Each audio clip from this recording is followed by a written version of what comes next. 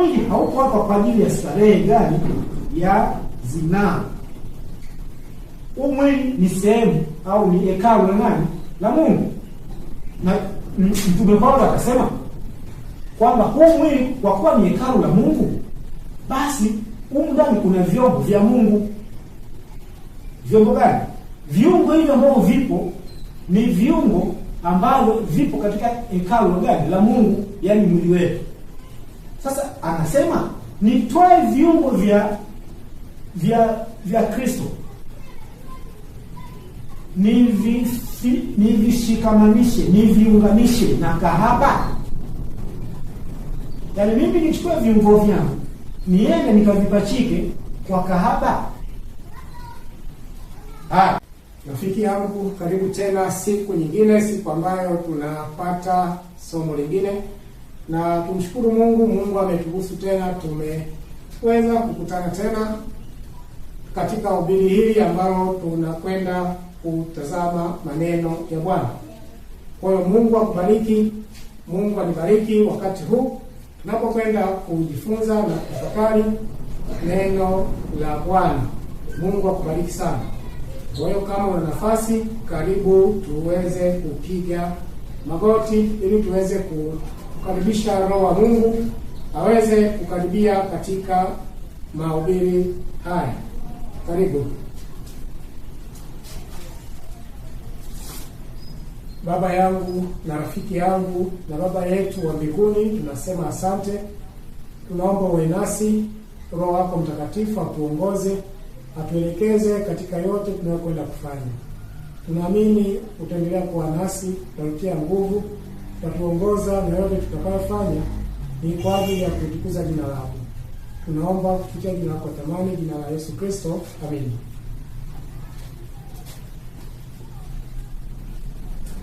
Naam, karibu tena. Karibu tena, tunakwenda kupata somo. Bado tupo katika namna gani tunaweza tukawa tayari tukajiandaa kwa ajili ya kupokea muhuri wa Mungu, kupokea muhuri wa Mungu. Na leo tunakwenda kuangalia kipengele kingine ambacho nabii alizungumza katika kile kitabu hiki cha Dhiki Kuu, ule ukurasa wa 115. Alizungumzia hii kauli kwamba ili tuweze sifa za wale wanaopokea muhuri wa Mungu ni lazima wawe ni washindi. Lazima wawe ni washindi. Washindi wa nini? Nabii wa Mungu akazungumzia sehemu kuu tatu. Sehemu ya kwanza, wawe ni washindi wa ulimwengu, wawe ni washindi wa ulimwengu. Jambo lingine akasema wawe ni washindi wa mwili. Na jambo lingine alisema au ametuonesha hapo kwamba ameandika kwamba ni lazima tumshinde yule mwovu, tumshinde yule mwovu. Kwa hiyo tunakwenda kutazama namna gani leo tunaweza tukamshinda au tukashinda mwili katika kipengele cha mwili. Ulimwengu na ule mwovu tutakuja kumwangalia siku nyingine. Kwa leo ni namna gani tunaweza tukashinda huu mwili. Na ni Mungu amezungumzia kwa upana sana kuhusu mwili katika neno la Mungu.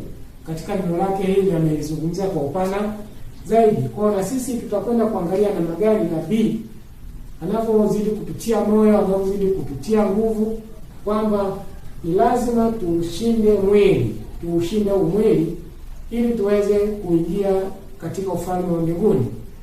Nabii anachomaanisha pia ni kwamba tusiposhinda mwili, tusipokuwa washindi wa mwili, hatuwezi kupewa muhuri wa Mungu, hatuwezi kupewa muhuri wa Mungu. Tunapojifunza kwenye kile kitabu cha Wakorintho wa kwanza sura ya 3 na lile fungu la kwanza. Wakorintho wa kwanza sura ya 3 na lile fungu la kwanza. Neno la Bwana linatuambia, Wakorintho wa kwanza sura ya 3 na lile fungu la kwanza. Neno la Bwana linasema, lakini ndugu zangu, mimi sikuweza kusema nanyi kama watu kama na watu wenye tabia ya rohoni, bali kama na watu wenye tabia ya mwilini, kama watoto wachanga katika Kristo. Neno la Bwana linatuambia kwamba Mtume Paulo akiwa anazungumza na Wakorinto hakuzungumza nao kama watu wa rohoni, bali kama watu wa tabia ya mwilini. Akasema kama na watoto gani? Wachanga, kama na watoto wachanga. Kwa hiyo kumbe mtu wa mwilini ni sawasawa na mtu au ni sawasawa na mtoto mchanga. Kwa hiyo mtu wa mwilini ni sawasawa na mtu ambaye anafahamika au anachukuliwa kama ni mtoto gani? Kama ni mtoto mchanga. Kwa hiyo kuna mambo ambayo ni ya kiroho ambayo Mtume Paulo alitamani kuambia Wakorinto, lakini Wakorinto wao walikuwa bado ni wachanga. Kwa hiyo walikuwa ni watu wa tabia ya mwilini. Kwa hiyo kuna mambo mengine ambayo Paulo hakutaka kuambia au hakuwaeleza, au kama aliwaeleza basi aliwaeleza kwa namna ambayo itaweza kuwasaidia katika uchanga wao, katika hali yao ya kimwili waweze kustahimili. Na mwili ukisoma kitabu cha Mathayo 26 fungu la 41, Mathayo 26 fungu la 41, Yesu alisema maneno haya ambayo wewe na mimi inatupasa kuweza kuyafuatilia zaidi. Anasema fungu la 41, anasema kesheni muombe msije mkaingia majaribuni. Kesheni muombe msije mkaingia majaribuni. Roho hii radhi, lakini mwili ni dhaifu. Kwa huu mwili ni dhaifu. Yaani baada ya dhambi kutokea, huu mwili wako wewe na mwili wangu mimi, vyote ni vidhaifu, vina mapungufu, sio makamilifu. Kwa hiyo ndio maana Yesu anasema kwamba kesheni mkaombe, lakini Yesu anapoambia hivyo anatambua kwamba miili yetu ni dhaifu. Lakini japo roho huwa inatamani kufanya mapenzi ya Mungu, lakini wakati mwingine kuna ushindani kati ya mwili na nini? Kati ya mwili na roho. Tusome pia na kitabu cha Warumi 7 fungu la 24. Warumi 7 fungu la 24, neno la Bwana linasema, Warumi 7:24 anasema, ole wangu maskini mimi, ni nani atakayeniokoa na mwili huu wa mauti? Kwa neno la Mungu linatambua kwamba huu mwili huu baada ya dhambi ni matatizo.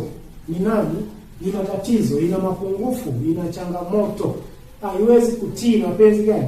Mapenzi ya Mungu. Haiwezi kutii mapenzi ya Mungu. Kwa kuna wakati mtu anatamani kutenda matendo mema, matendo mazuri yanayopendeza Mungu, lakini unakuta saa nyingine mwili inashindana. Unakuta mtu anatamani kuamka usiku aombe, lakini unakuta mwili usiku ameamka usingizi mzito, mwili umechoka, lakini roho inatamani. Kwa roho aliye ndani yetu anatamani kutusaidia tutende matendo yanayopendeza Mungu, tufanye mapenzi ya Mungu, lakini kutokana na hali yetu ya dhambi, asili ya dhambi ambayo tumezaliwa nayo, unakuta saa nyingine kuna mgogoro kati ya roho na nini? Kati ya roho na mwili. Sasa ni kwa nini inakuwa hivi? Kwa sababu huu mwili inakuwa, tusome kwenye Warumi, huu mwili kwa nini inakuwa inapingana na roho? Kwa nini inakuwa inapingana na roho? Warumi 7 fungu la 5, neno la Bwana linatuambia, linasema, kwa maana tulipokuwa katika hali ya mwili, tamaa za dhambi zilikuwako kwa sababu ya torati, zilitenda kazi katika viungo vyetu, hata mkaizalia mauti mazao. Kwa hiyo hii miili ina tamaa ya dhambi, yaani ina shauku, ina hamu ya kutenda tu dhambi. Kwa nini? Baada ya dhambi kuingia kwa wazazi wetu wa kwanza, miili ikawa inapenda tu mambo ya shetani 100%. Kwa hiyo ndio maana kunakuwa kuna ukinzani kati ya roho na nani? Kati ya roho na mwili. Pia fungu la 18 anasema kwa maana najua ya kuwa ndani yangu, yaani ndani ya mwili wangu, alikai neno jema, kwa kuwa kutaka nataka, bali kutenda lililo jema sipati. Yaani ndani ya mwili linakaa neno, anasema yaani ndani ya mwili wangu alikai neno jema. Yaani ndani ya mwili huu wanyama huu alikai neno jema, yaani alikai matendo mazuri yanayompendeza nani? Mungu. Kwa sababu gani? Mtume Paulo anasema kwamba lile analotamani kutenda anashindwa, lile asilotamani anajikuta katenda. Unatamani kuacha wizi, lakini unashangaa umekula zaka na sadaka. Kwa nini? Hii miili inatamani dhambi. Roho Mungu anatamani kutusaidia tuache dhambi. Kwa kuna huo mvutano. Sasa tunaposoma kwamba kwenye kitabu hiki cha Warumi 8 fungu la 8, Warumi 8 fungu la 8 nasema wale wafuatao mwili hawawezi kumpendeza Mungu. Wale wafuatao mwili hawawezi kumpendeza nani? Mungu. Kwa hiyo kumbe, kwa kuwa huu mwili unatamani matendo mabaya, inatamani sifa mbaya tu, sawa? Kwa hiyo watu wote ambao wanafuata mwili, jinsi huu mwili unavyotaka, shauku za huu mwili, jinsi mwili unavyokushawishi, hatuwezi kumpendeza nani? Mungu. Mfano mzuri ni kwamba unaweza kuwa umelala au umepanga tu ratiba yako kwamba nitamka saa fulani, ukatega na alarm. Shukuru Mungu akakuamsha kupitia alarm. Unatamani uamke uombe, lakini usingizi umekuzidi. Kwa ukifuatisha mwili uweze kufanya maombi, kwa hatuwezi kumpendeza Mungu kwa njia hiyo tukifuatisha mwili. Kwa mwili tumeambiwa kwamba wale wanaofuata mwili hawawezi kufanya kumpendeza Mungu, hawezi kumpendeza Mungu. Tuone pia na Warumi 8 fungu la 7 anasema, Warumi 8:7 nasema kwa kuwa ile nia ya mwili ni uadui juu ya Mungu, kwa maana haitii sheria ya Mungu wala haiwezi kuitii. Kwa huu mwili tunajua kwamba ina uadui na Mungu. Ndio maana baada ya dhambi kutokea, Mungu anapotokea kuja kuzungumza na Adam na Hawa, Adam na Hawa wanakimbia. Kwa nini? Kwa sababu huu mwili wao tayari ulikuwa ushatengeneza uadui na nani? Na ushatengeneza uadui na Mungu. Kwa nia ya mwili, mwili huu ni lazima uwe na uadui na nani? Na Mungu, uwe na uadui na Mungu. Lakini pia wanaofuata mwili, Warumi 8 fungu la 5 anasema wanaofuata mwili, anasema 8:5 anasema kwa maana wale wafuatao mwili uyafikiri mambo ya mwili, bali wale waifuatao roho uyafikiri mambo ya roho. Wale waifuatao roho ufikiri mambo ya roho. Kwa tunajua kwamba nia ya mwili ni uadui dhidi ya Mungu. Wafuatao mwili hawezi kumpendeza Mungu. Wanaofikiri mambo ya nini? Watu wanaofikiri mambo ya mwili au wanaofuata mambo ya mwili wanawaza tu mambo ya mwilini. Wanawaza mambo ya mwilini. Kwa hiyo tunaishi katika kipindi ambapo hii ni changamoto, ni shida sana katika wakati wa mwisho. Kwa nabii wa Mungu alionyeshwa kwamba katika wakati wetu wa mwisho, katika wakati wa kutiwa muhuri, inatakiwa tuweze kuushinda huu mwili, tuweze kuushinda huu mwili ili tuweze kupewa nini? Kupewa muhuri wa Mungu, kupewa muhuri wa Mungu. Sasa katika huu mwili kuna matendo mbalimbali ambayo huwa yanatokea katika huu mwili, kwamba kupitia hayo matendo tutajua kwamba huyu mtu anafuata mwili au huyu mtu afuati nini? Afuati mwili. Hebu tuone kitabu kile cha Wagalatia 5. Wagalatia 5 fungu la 19 hadi 21. 5:19 hadi 21 anasema basi matendo ya mwili ni dhahiri, ndiyo haya: uasherati, uchafu, ufisadi, ibada ya sanamu, uchawi, uadui, ugomvi, wivu, hasira, fitina, faraka, uzushi, usuda, ulevi, ulafi na mambo yanayofanana na hayo. Katika hayo nawaambia mapema, kama nilivyokwisha kuwaambia, ya kwamba watu watendao matendo ya jinsi hiyo hawataurithi ufalme wa Mungu. Haya ndiyo matendo ya mwili au matunda ya nini? Matunda ya mwili. Kwa hiyo nabii wa Mungu alionyeshwa kwamba ili tuweze kupokea muhuri wa Mungu inatakiwa tusiwe watu wa matendo ya mwili, tusiwe watu wa matendo ya mwili. Kwa nini? Kwa sababu watu wa matendo ya mwili hawampendezi nani? Mungu. Yaani hawawezi. Matendo ya mwili ni uadui na nani? Na Mungu. Ina uadui na Mungu. Sasa tunawezaje sasa kushinda huu mwili? Kwa sababu unakuta saa nyingine unatamani kufanya jambo jema, lakini unajikuta umetenda jambo baya. Ndio maana Warumi 7:24 Mtume Paulo anasema, ole wangu maskini mimi, ni nani atakayeniokoa na mwili huu wa mauti? Kwa hiyo ilifika tu hapo Mtume Paulo na yeye akasema, sasa hapa nifanyaje? Ni nani atakayenitoa katika mwili huu wa mauti? Ni nani atakayenitoa katika mwili huu wa mauti? Lakini katika fungu la 25 anatupatia jibu. Katika fungu la 25 anatupatia jibu, anasema, namshukuru Mungu kwa Yesu Kristo Bwana wetu.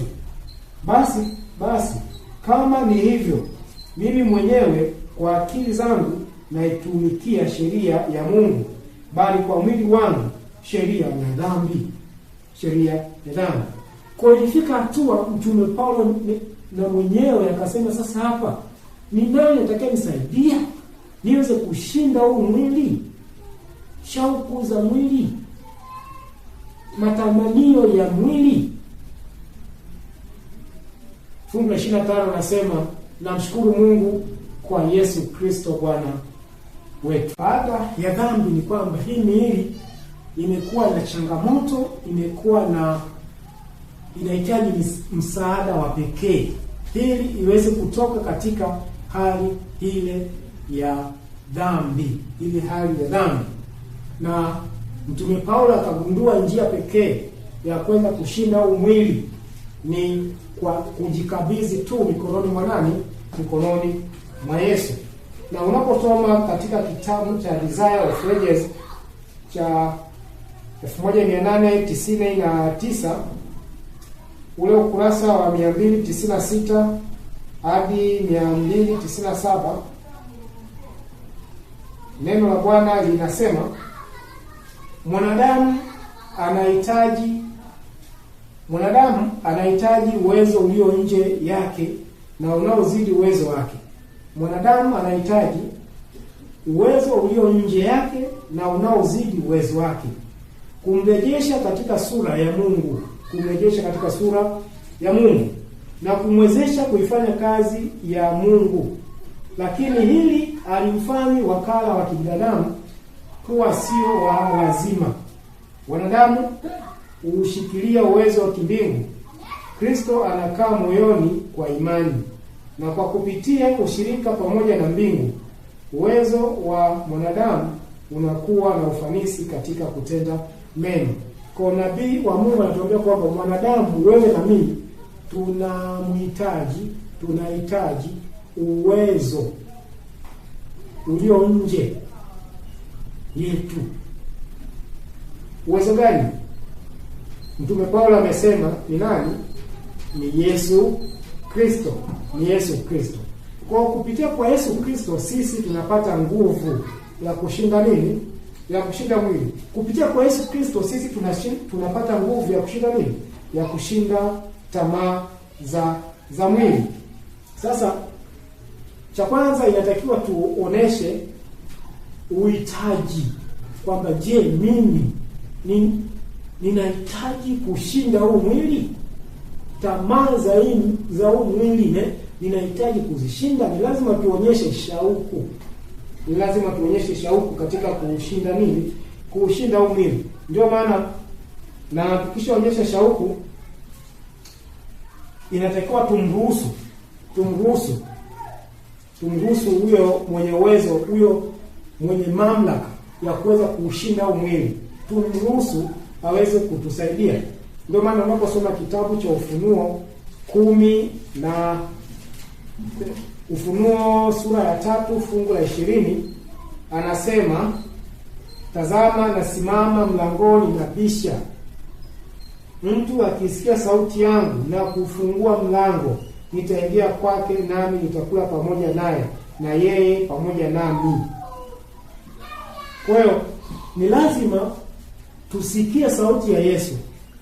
Sasa tunasikiaje sauti ya Yesu? Kupitia mahubiri mbalimbali, kupitia sehemu mbalimbali Mungu anapozungumza na sisi. Jambo lingine inatakiwa sasa tumruhusu Yesu aingie ndani yetu ili aweze kutusaidia. Kwa na Yesu anapoingia ndani yetu, tunakuwa tuko pamoja naye. Amesema atakula na sisi, atatulisha, atatuvisha. Na Yesu anaingia ndani yetu kwa kupitia Roho Mtakatifu. Hebu tusome kile kitabu cha Warumi sura ya 8 fungu la 9 na 10. Warumi 8 fungu la 9 na 10, neno la Bwana linasema, Warumi 8 9 na 10, neno la Bwana linasema 8 9 na 10, nasema, lakini ikiwa Roho wa Mungu anakaa ndani yenu, na ninyi hamfuati mwili bali mwifuata Roho. Kwa inatakiwa Roho wa Mungu au Roho wa Kristo akae ndani yetu. Roho wa Kristo akikaa ndani yetu, neno la Mungu linatuambia kwamba sisi hatutafuata mwili. Kwa suluhisho pekee ya kutofuata mwili, suluhisho pekee ya kushinda huu mwili ni kumruhusu Roho wa nani? Roho wa Kristo, Roho wa Mungu akae ndani yetu. Anapokaa ndani yetu, neno la Bwana linatuambia kwamba sisi hatutafuata mwili. Kwa maana ni kwamba wale ambao wanafuata mwili, Roho wa Mungu au Roho wa Kristo hayuko ndani yao. Roho wa Kristo hayuko ndani yao. Anaendelea anasema ninyi mfuati mwili bali mwefuata Roho. Lakini mtu awaye yote asipokuwa na Roho wa Kristo, huyo si wake. Fungu la 10, na Kristo akiwa ndani yenu, mwili umekufa kwa sababu ya dhambi. Anasema na Kristo akiwa ndani yenu, mwili wenu umekufa kwa sababu gani? Ya dhambi, bali roho yenu hii hai kwa sababu ya haki. Kwa hili tuweze kushinda huu mwili, ni lazima tumruhusu Yesu aingie ndani yetu kupitia Roho Mtakatifu. Kupitia Roho Mtakatifu. Hapo ndipo tutaweza kushinda hizi tamaa za miili ambazo zinatusumbua usiku na mchana. Watu hawalali. Kwa ni lazima tuweze kushinda hizi tamaa za miili. Tuone na kitabu cha Wagalatia 5:17. 5:16 na 17 anasema, 5:16 na 17 anasema, basi nasema enendeni kwa Roho, wala hamtazitimiza kamwe tamaa za mwili, kwa sababu mwili utamani ukishindana na Roho, na Roho hushindana na mwili, kwa maana hizi zimepingana, hata mwezi kufanya mnayotaka. Yaani tusipomruhusu Roho wa Mungu kukaa ndani yetu, tutafanya vitu ambavyo sisi hatutaki kufanya. Kwa hiyo Roho wa Mungu anapokuwa ndani yetu, Biblia inatuambia kwamba tunakuwa tunaenenda kwa jinsi ya Roho. Lakini Roho wa Mungu asipokuwa ndani yetu, Biblia inatuambia kwamba neno la Bwana linasema tutafanya vitu tusivyotaka. Kwa hiyo njia pekee ya kuweza kushinda mwili, tamaa za mwili, mienendo ya mwili, matendo ya mwili, ni kumruhusu Yesu Kristo aliyeshinda mwili aweze kutushindia. Anatushindia vipi? Anasema kaeni ndani yangu nami ndani yenu. Akasema mtu asipokaa ndani yangu, huyo unyauka. Huyo fanyaje? Unyauka. Huyo unyauka. Hiyo ni Yohana 15 fungu la 4. Kwa lazima tukae ndani ya Kristo na Kristo akae ndani yetu. Hapo tutaweza kushinda tamaa za mwili. Kwa Yesu yeye aliona tu njia nzuri ya kuweza kutusaidia ni kwamba yeye aingie ndani yetu na sisi tuingie ndani yake. Hiyo ndio njia pekee. Lakini yeye akiwa nje yetu na sisi tukiwa nje yake, hapo tutakuwa tunafanya mambo kinyume na yeye anavyotamani sisi tufanyeje? Tufanye. Kwa hiyo huu mwili Yesu anapokuwa yuko ndani yetu, huu mwili tunaambiwa kwamba unakufa. Warumi 8 fungu la 10. Warumi 8 fungu la 10, neno la Bwana linasema, 8:10 anasema, kwa kuwa Kristo akiwa ndani yenu, mwili wenu umekufa kwa sababu ya dhambi, bali roho yenu hii hai kwa sababu ya haki. Kwa sababu ya haki. Tusome na Yohana 14. Yohana 14:23. Yohana 14:23 anasema, 23 anasema, Yohana 14:23 anasema, Yesu akajibu akamwambia, mtu akinipenda atalishika neno langu, na Baba yangu atampenda, nasi tutakuja kwake na kufanya makao kwake. Kwa hiyo Yesu anafanya makao kwetu. Anapofanya makao kwetu, hapa panakuwa ni sehemu yake ya kukaa, sehemu ambapo Bwana anakaa. Wapi? Ndani yetu. Yesu anakaa ndani yetu kupitia Roho Mtakatifu. Hebu tusome kitabu cha Yohana 14 na hili fungu la 16 na 17. Anasema, nami nitamwomba Baba, naye atawapa msaidizi mwingine, ili akae nanyi hata milele, ndiye Roho wa kweli, ambaye ulimwengu hawezi kumpokea, kwa kuwa hawamuoni wala hawamtambui, bali ninyi mnamtambua, maana anakaa kwenu, naye atakuwa ndani yenu. Kwa hiyo Yesu anakaa ndani yetu kupitia Roho Mtakatifu, ili tuweze kushinda tamaa za miili, tuweze kushinda tamaa za miili. Kwa njia pekee ambayo mbingu imeona tuweze kushinda tamaa za miili, ambao nabii wa Mungu alisema kwamba ili tuweze kupokea muhuri wa Mungu ni lazima tuwe washindi. Wa nini? Washindi, akataja vitu vitatu: washindi wa ulimwengu, washindi wa mwili, washindi wa mwovu. Kwa leo tunazungumzia ushindi wa nini? Ushindi wa mwili. Ushindi wa mwili. Siku nyingine tutakuja kuona ushindi wa ulimwengu. Leo ni ushindi wa mwili. Namna gani tunaweza tukashinda nini? Hizi tamaa za mwili, Kwa sasa Kristo Yesu akishaingia ndani yetu, kupitia Roho Mtakatifu. Huu mwili inakuwa ni hekalu la nani? La Roho Mtakatifu. Inakuwa ni hekalu la Roho Mtakatifu. Inamilikiwa, hii miili inamilikiwa na nani? Na Yesu. Inamilikiwa na Kristo. Tusome kile kitabu cha Wakorinto wa kwanza 6:19. Wakorinto wa kwanza 6:19 nasema 6:19 nasema, au hamjui ya kuwa mwili wenu ni hekalu la Roho Mtakatifu aliye ndani yenu, mliopewa na Mungu, wala ninyi si mali yenu wenyewe. Wala ninyi si mali yenu wenyewe. Tusome na sura ya 3 fungu la 16 nasema, sura ya 3:16 nasema 3:16 nasema, hamjui ya kuwa ninyi mmekuwa hekalu la Mungu na roho, na ya kuwa Roho wa Mungu anakaa ndani yenu. Kwa hiyo sasa Yesu anapokuwa ameingia ndani yetu, huu mwili tena hauitwi jina lingine, ila inaitwa ni hekalu la Roho Mtakatifu. Mbingu inatambua kwamba pale ni hekalu la nani? Hekalu la Mungu. Kwa sasa hivi Mungu hana tena majengo, si magorofa.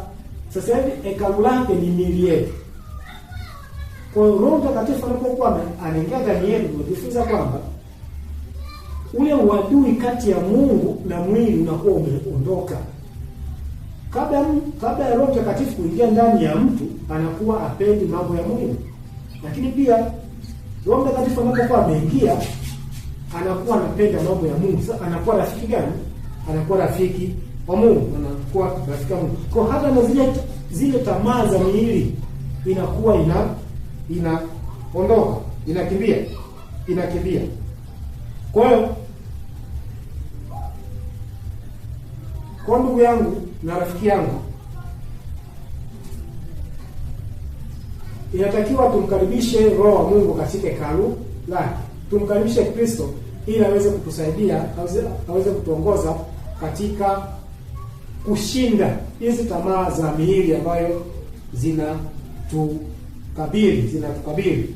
Na tunashinda pale ambapo tunamruhusu huyu nani? Huyu Kristo kuingia katika miili yetu. Sasa hebu tuone watu wawili walioshinda tamaa za miili. Watu wawili walioshinda tamaa za miili katika kitabu. Mtu wa kwanza ni Maria Magdalene. Maria Magdalene kwenye kitabu cha Yohana sura ya 8 fungu la 3 na 4 anasema 3 na 4 anasema, waandishi na Mafarisayo wakamletea mwanamke aliyefumaniwa katika uzinzi, wakamweka katikati, wakamwambia, Mwalimu, mwanamke huyu amefumaniwa alipokuwa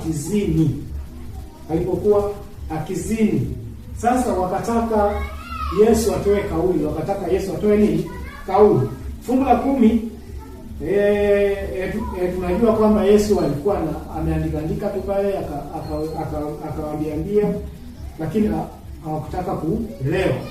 Sasa fungu la 10 najua hii na hii tunafahamu vizuri. Fungu la 10 nasema, Yesu akajiinua asimwone mtu ila yule mwanamke. Akamwambia, mwanamke, wako watu wale washtaki wako? Je, hakuna aliyekuhukumu kuwa na hatia? 11 anasema, akamwambia, hakuna Bwana.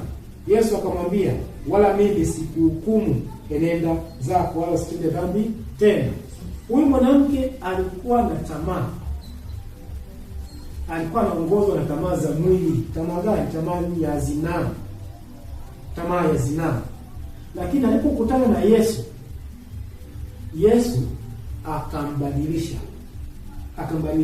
Tunakuja kuona katika kile kitabu cha Yohana hii sura ya 20 na lile fungu la kwanza. Anasema, hata siku ya kwanza ya juma, Mariamu Magdalene alikwenda kaburini alfajiri, kungali giza bado, akaliona lile jiwe limeondolewa kaburini. Kwa huyu mwanamke ambaye alikuwa anaongozwa na shauku za mapenzi ya zinaa, tamaa za mwili, tunaona huyu ndo baadaye anakuwa ni wa kwanza kabisa kufika makaburini usiku kucha. ameketi alali vizuri, anatamani kukuche, aende kutazama kaburi la Yesu. Tunaona kwamba alitoka katika hali ya tabia za mwili, sasa akaendaenda katikati hapa. Yesu anamtengeneza mpaka akawa mwinjilisti. Sasa akawa yuko vizuri kiroho, roho wa Mungu akawa yuko ndani yake. Alishinda tamaa za mwili, Tuone na mwanamke mwingine katika kitabu hiki cha Yohana sura ya 4 fungu lile sura ya 4 fungu la 7. Sura ya 4 fungu la 7, neno la Bwana linasema, akaja mwanamke Msamaria kuteka maji. Yesu akamwambia, nipe maji ninywe. Fungu la 4 fungu la 16 hadi 18 anasema Yesu akamwambia, nenda kamwite mumeo uje naye hapa. Yule mwanamke akajibu akasema, sina mume. Yesu akamwambia, umesema vema, sina mume, kwa maana umekuwa na waume 5, naye uliye naye sasa siye mume wako. Hapo umesema vema. Ukienda mstari wa 25 anasema, yule mwanamke akamwambia, najua ya kuwa yuaje Masihi, naye atakapokuja yeye atakufunulia mambo yote. Akamwambia, mimi ninayesema nawe ndiye.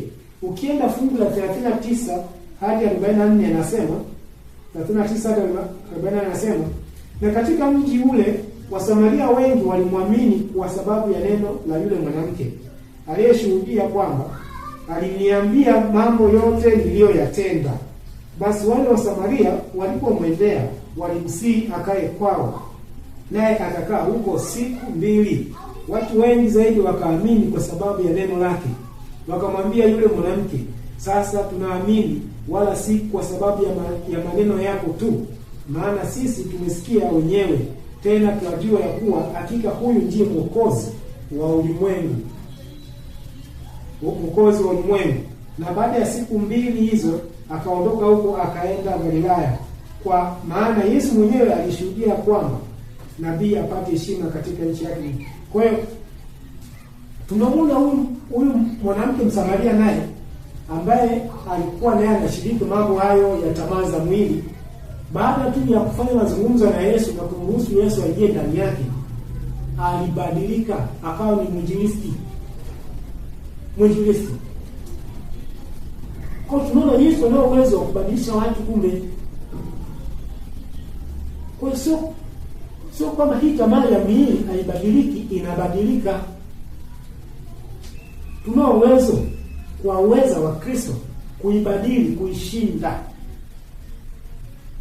Kwa hakuna udhuru wa kusema kwamba mimi Bwana ninatamani sana hiki nifanyie.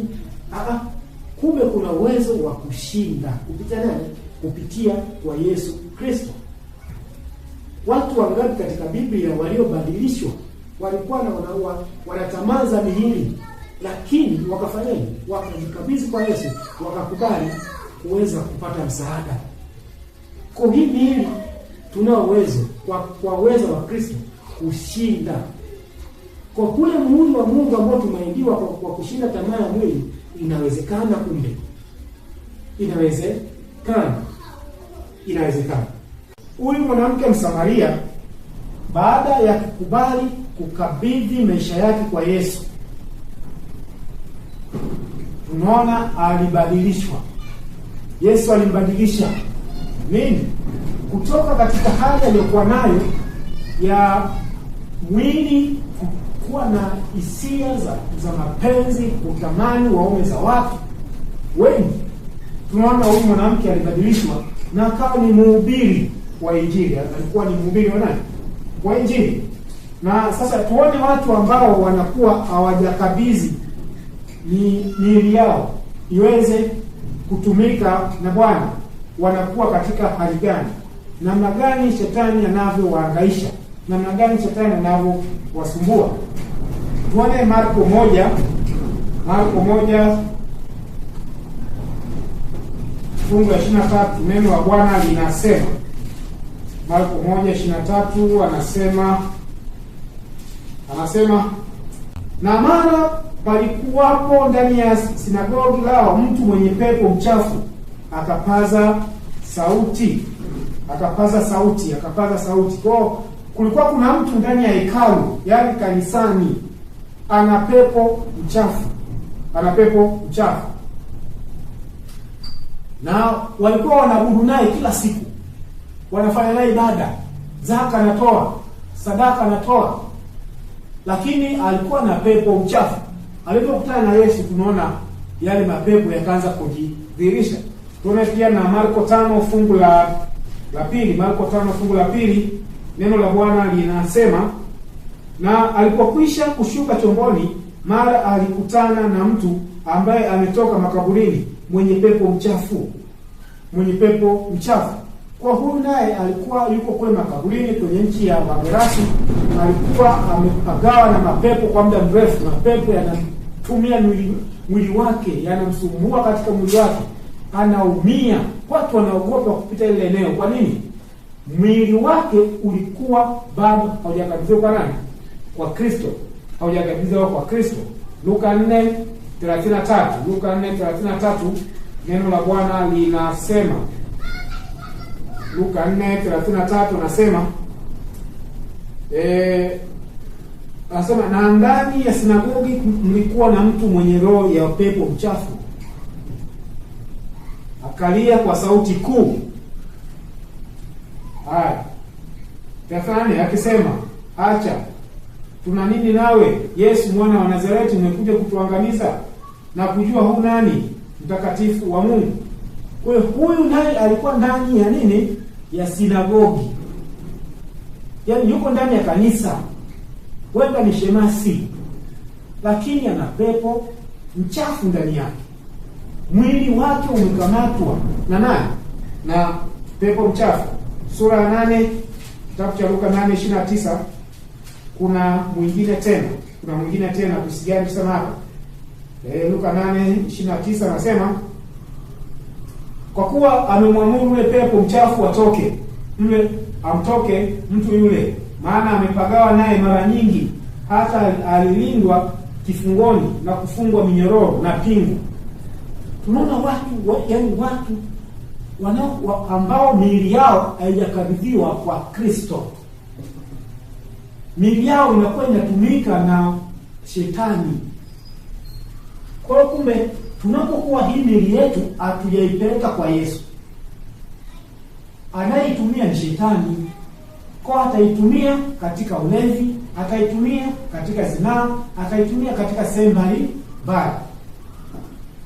Kwa kumbe kuna wafadhali mkubwa wa mwili kumkabidhi Yesu, ili Yesu afanye makao. Yesu anapofanya makao, yale mambo yote ambayo shetani angetumia mwili wangu, shetani hawezi tena kufanya hivyo. Sasa Yesu akasema kwamba mtu anapokuwa amekubali kutoa mwili wake utumike na Mungu, nini kinatokea? Alafu akaamua kurudi tena nyuma, akakubali kurudi tena nyuma, kutotaka tena yaani akarudia machafu yake ya nyuma. Ni nini kinatokea? Some kitabu cha Luka 11, Luka 11:24 na 25. Luka 11:24 na 25 anasema, pepo mchafu amtokapo mtu upitia mahali pasipo maji. Pepo mchafu amtokapo mtu upitia mahali pasipo maji, akitafuta mahali pa kupumzika. Asipoona usema, nitairudia nyumba yangu niliyotoka.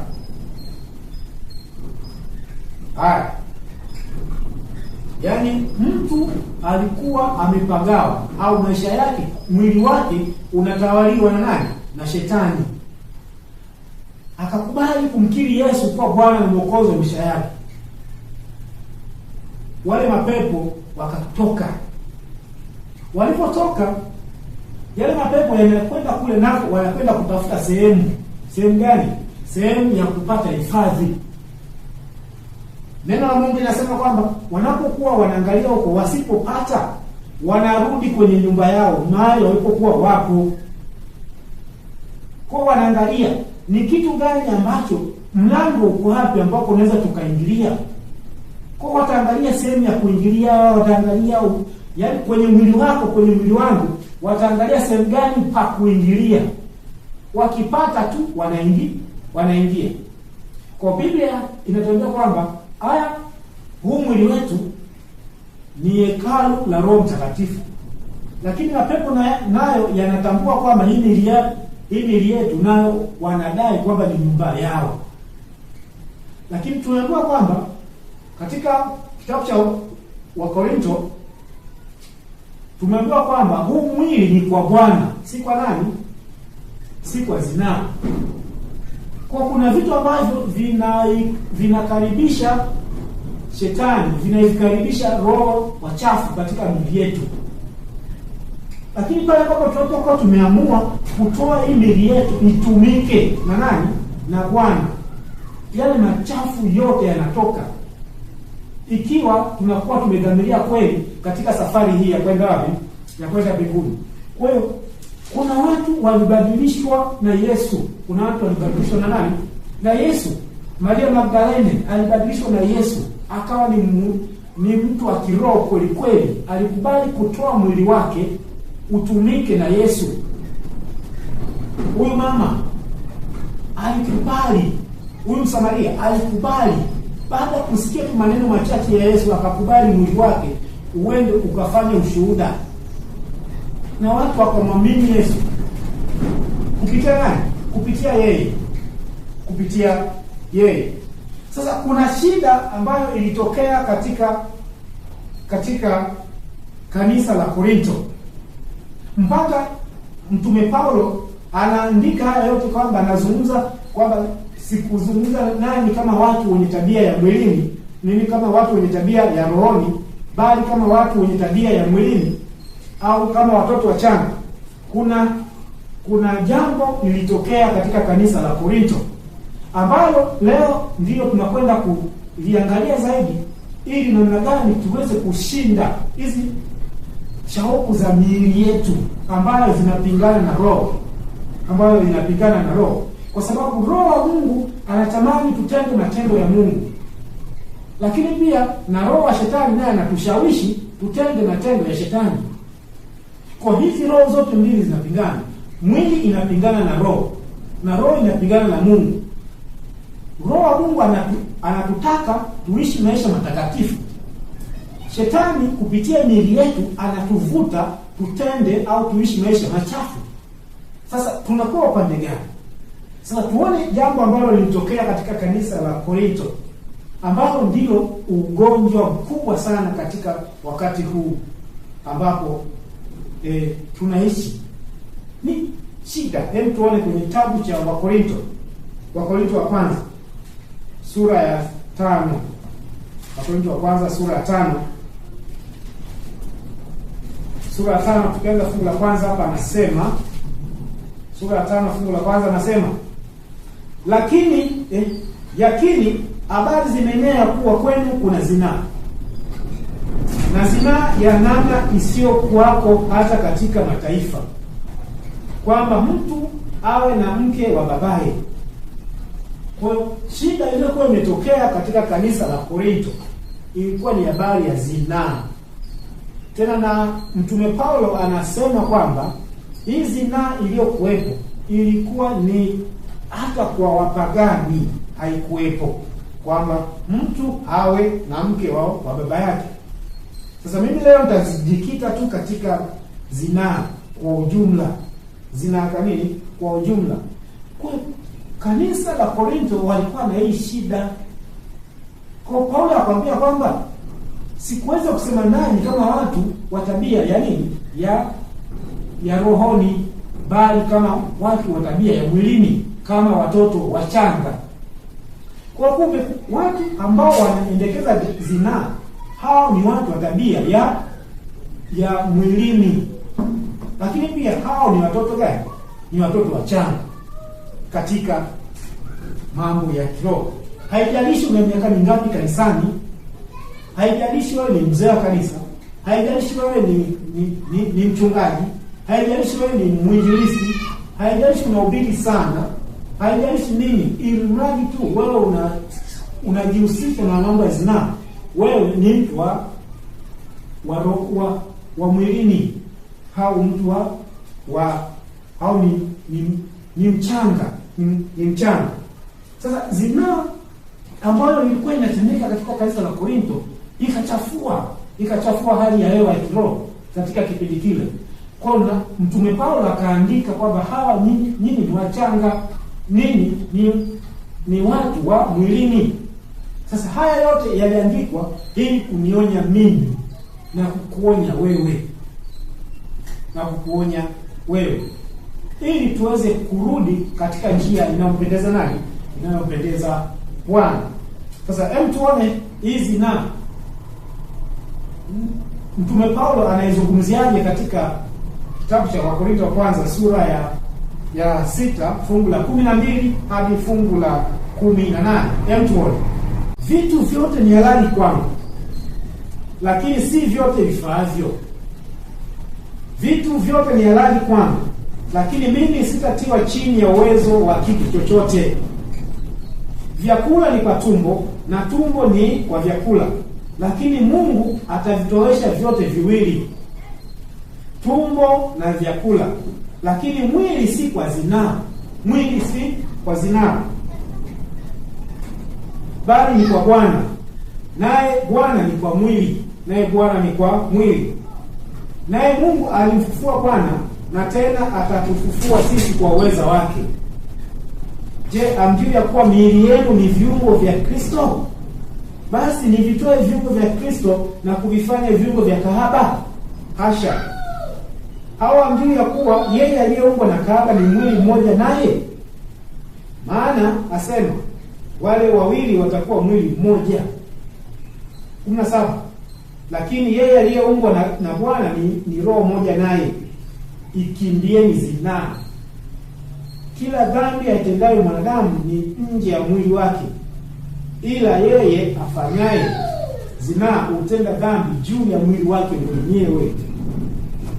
Kwa hiyo Mtume Paulo anazidi kueleza hii dhambi ya zinaa, kwamba anasema kwamba vitu vyote ni halali, lakini sio kwamba vyote vinafaa. Akatumia mfano wa tumbo, kwamba tumbo ni kwa chakula na chakula ni kwa tumbo, lakini mwisho Mungu atavitowesha. Lakini akaendelea zaidi akasema kwamba huu mwili sio kwa zinaa, yaani huu mwili hauko kwa ajili ya zinaa, ila uko kwa ajili ya Bwana, na Bwana ni kwa ajili ya nini? Ya mwili. Akimaanisha kwamba lengo la Mungu kutupatia huu mwili ili yeye Mungu afanye makao kati yetu, ndani yetu. Kwa huu mwili hauko hapa kwa ajili ya starehe gani? Ya zinaa. Huu mwili ni sehemu au ni hekalu la nani? La Mungu. Na Mtume Paulo akasema kwamba huu mwili kwa kuwa ni hekalu la Mungu, basi humu ndani kuna vyombo vya Mungu. Vyombo gani? Viungo hivyo ambavyo vipo ni viungo ambavyo vipo katika hekalu gani? La Mungu, yani mwili wetu. Sasa anasema nitoe viungo vya Kristo, nivishikamanishe, niviunganishe na kahaba. Yaani mimi nichukue viungo vyangu niende nikavipachike kwa kahaba. Yaani huu mwili ni hekalu la Roho Mtakatifu. Roho Mtakatifu anakaa humu ndani. Alafu niende kwa ambaye kuna roho mchafu ndani yake, niende nikaunganishe Roho Mtakatifu na roho mchafu hivi. Ndio anauliza kwamba huu mwili ni kwa Bwana au kwa nani? ni kwa Bwana. Anasema kwamba unapokuwa unafanya zinaa, unakuwa umejiungamanisha na kahaba. Kwa roho, kama huyu ana Roho Mtakatifu, huyu ana roho mchafu, wanapokwenda kukutana kwenye zinaa wanaungana hivi. Sasa Roho Mtakatifu hawezi kuungana na shetani, anatoka. Akitoka, huyu aliyekuwa na roho mchafu anamwambukiza huyu aliyekuwa na Roho Mtakatifu, roho akatoka. Kwa wote wawili wanakuwa mwili huu mmoja, wote ni wachafu, wote wana roho mchafu. Huyu ana roho mchafu na huyu ana roho mchafu. Kwa nini? Roho Mtakatifu akitoka, anakuja roho mchafu. Roho mchafu akitolewa, anakuja Roho Mtakatifu. Sasa unapokwenda kufanya zinaa, Roho Mtakatifu anatoka. Kama ulikuwa naye, anatoka. Akitoka, anaingia roho mchafu. Anaingia roho mchafu. Ndio maana Paulo akasema kwamba huu mwili si kwa zinaa, ni kwa Bwana. Na Bwana ni kwa nani? Ni kwa mwili. Ni kwa mwili. Kwa mtu anapokuwa amejiungamanisha na kahaba, na yeye anakuwa ni kahaba. Yeye anakuwa ni nini? Ni kahaba. Yeye anakuwa ni kahaba. Kwa akasema kwamba ikimbieni zinaa. Ikimbieni nini? Zinaa. Anasema kila dhambi aitendayo mwanadamu ni nje ya mwili wake. Yaani mimi nikajikuta nimesema uongo. Uongo nakuwa nimesema nje. Yaani imetoka. Ndio maana Yesu alisema kwamba kimtokacho mtu, yaani dhambi zote tunatenda nje, zinatoka. Lakini zinaa inatendeka ndani ya mwili. Inasisimua mwili. Inaharibu mwili. Ndio maana kwamba anasema kwenye fungu la 18 anasema ikimbieni zinaa. Kila dhambi aitendayo mwanadamu ni nje ya mwili wake, ila yeye afanyaye zinaa utenda dhambi juu ya mwili wake mwenyewe. Utenda dhambi juu ya mwili wake mwenyewe.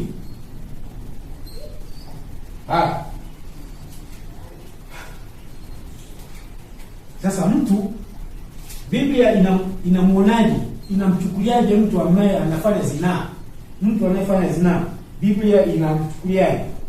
Kitabu cha Mithali 7. Mithali 7. Twende Mithali 7. Mithali 6. Tuanze fungu la 27. Anasema mtu aweza kuchukua moto kifuani pake na nguo zake zisiteketee? Yaani ukachukua moto ukaweka kwenye kifua chako hapa, moto ukaweka hapa, alafu anasema na nguo zako zisiteketee? Hilo ni swali. Anaendelea, je, mtu aweza kukanyaga makaa ya moto na nyayo zake zisiungue? Ukachukua mguu wako, nyayo zako ukaweka kwenye makaa ya moto, alafu na usiungue? Haya, anasema ndivyo alivyo aingiaye kwa mke wa jirani yake. Kila mtu amgusaye huyu atakuwa na hatia. Ili wewe Mwadventista msabato, wewe msafiri mwenzangu, wewe unajiita ni Mkristo, hivi unaingiaje kwa mke wa jirani yako? Hivi unakuwa ufahamu kwamba huyu ni mke wa jirani? Hivi unakuwa ufahamu kwamba huyu ni mke wa mzee wa kanisa? Hivi unakuwa ufahamu kwamba huyu ni mke wa mwinjilisti? Hivi unakuwa ufahamu kwamba huyu ni mke wa mtu? Wewe mwanamke unaye zini na mume wa mtu, hivi unakuwa ufahamu hapo kanisani kwamba hapa kanisani huyu ni mke wa huyu, huyu ni mke wa huyu, huyu ni mume wa huyu, huyu ni mume wa huyu, huyu ni mume wa huyu? Hivi hatufahamiani hapo kanisani? Hapo mtaani hatufahamu kwamba huyu ni mume wa fulani na huyu ni mke wa fulani? Sasa Biblia inasema kwamba Kwa kufanya hivyo ni sawa sawa unachukua moto na kuweka kifuani pako.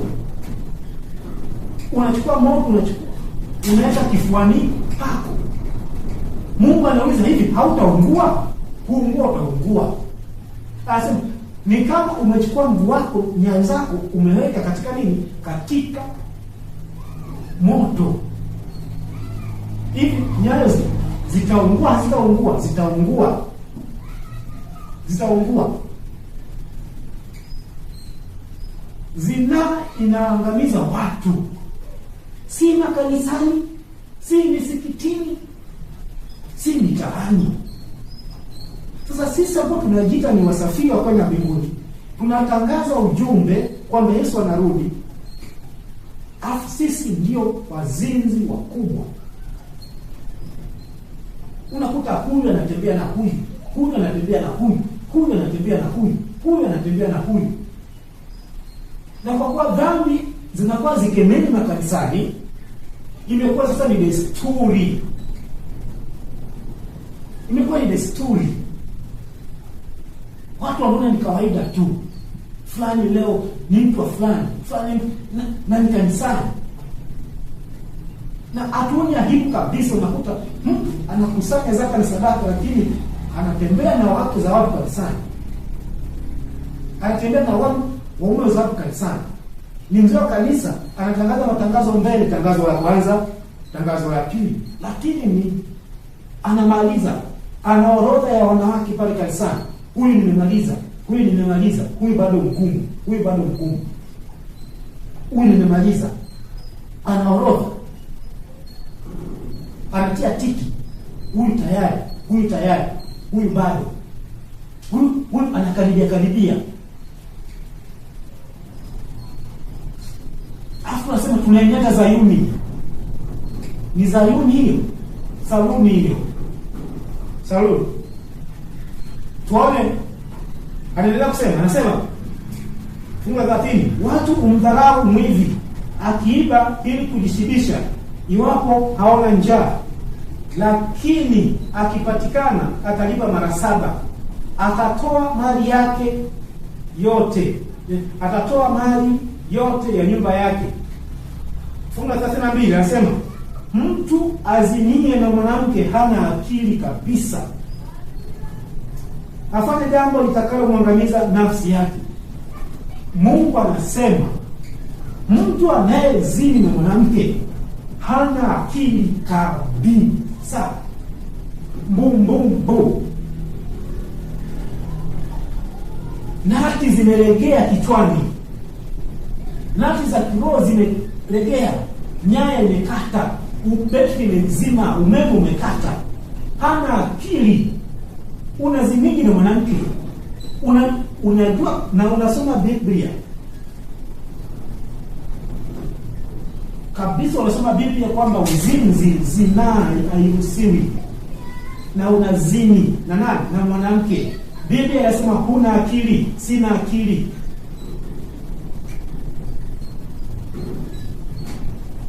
Neno la Mungu linasema kwamba mtu anayezini na mwanamke hana akili. Hamna akili. Boksi. Nazungumza na watu wanaotangaza ujumbe kwamba Yesu anarudi. Tunazidi na wanawake. Biblia inasema kwamba tukiwa tunazidi na wanawake hatuna akili. Hatujatoa miili yetu kwa Yesu. Kama Mithali 7. Tuanze fungu la 7, anasema nikaona katikati ya wajinga, nikamtambua miongoni mwa vijana kijana mmoja asiyekuwa na akili, hili nalo halina akili. Haya, anasema akipita njiani karibu na pembe yake, akishika njia iendayo nyumbani kwake, wakati wa magharibi, wakati wa jioni, usiku wa manane, gizani. Haya, na tazama mwanamke akamkuta ana mavazi ya kikahaba, mwerevu wa moyo, ana kelele na ukaidi, miguu yake ikae nyumbani mwake, mara yu katika njia kuu, mara viwanjani, naye huotea kwenye pembe za kila njia. Basi akamshika, akambusu. Tunapigana mabusu. Haya, akamwambia kwa uso usio na haya, kwangu ziko sadaka za amani, leo hivi nimeziondoa nadhiri zangu. Ndio maana nikakutoa nikulaki, nikutafute uso wako kwa bidii, nami nimekuona. Nimetandika kitanda changu magodoro mazuri kwa matandiko ya Kimisri yenye mistari. Leo tungesema super banko, magodoro ya Dodoma. Haya, nimetia kitanda changu manukato, manemane na udi na mdalasini. Haya, na tushibe upendo hata asubuhi, tujifurahishe nafsi zetu kwa mahaba. Maana mume wangu hayumo nyumbani, anakwenda safari ya mbali, amechukua mfuko wa fedha mkononi, atarudi wakati wa mwezi mpevu. Kwa maneno yake mengi na ulaini akamshawishi, kwa upembelezi wa midomo yake akamshika. Baya huyo akafuatana naye mara hiyo, kama vile ng'ombe aendavyo machinjoni. Anasema au mpumbavu kuadhibiwa katika pingu.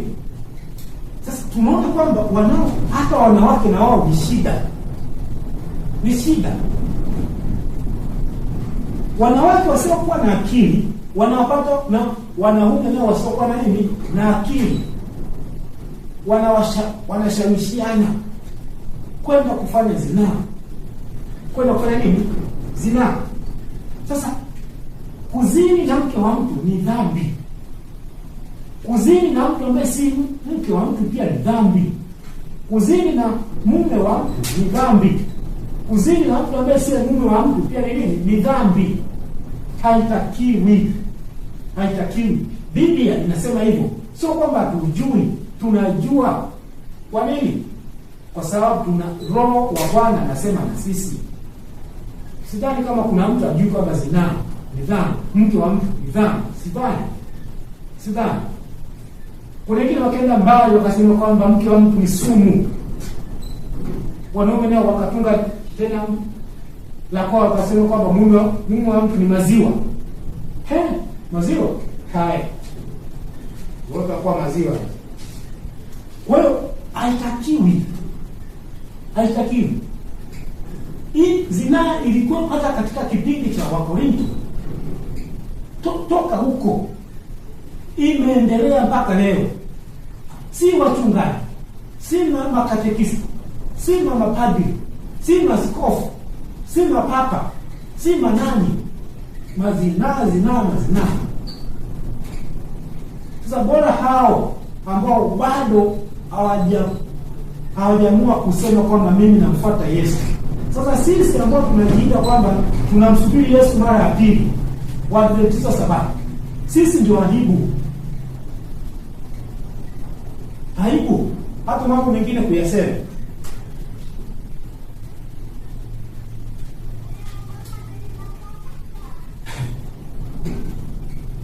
Mimi wakati naamini wakati sijaamini, marafiki zangu baadhi walikuwa ni Wasabato. Siku moja nimekaa na Msabato mmoja, sasa ni mtu Adventista hivyo. Akaniambia bwana, hawa Sabato bwana ni wazinzi. Wanazini sana.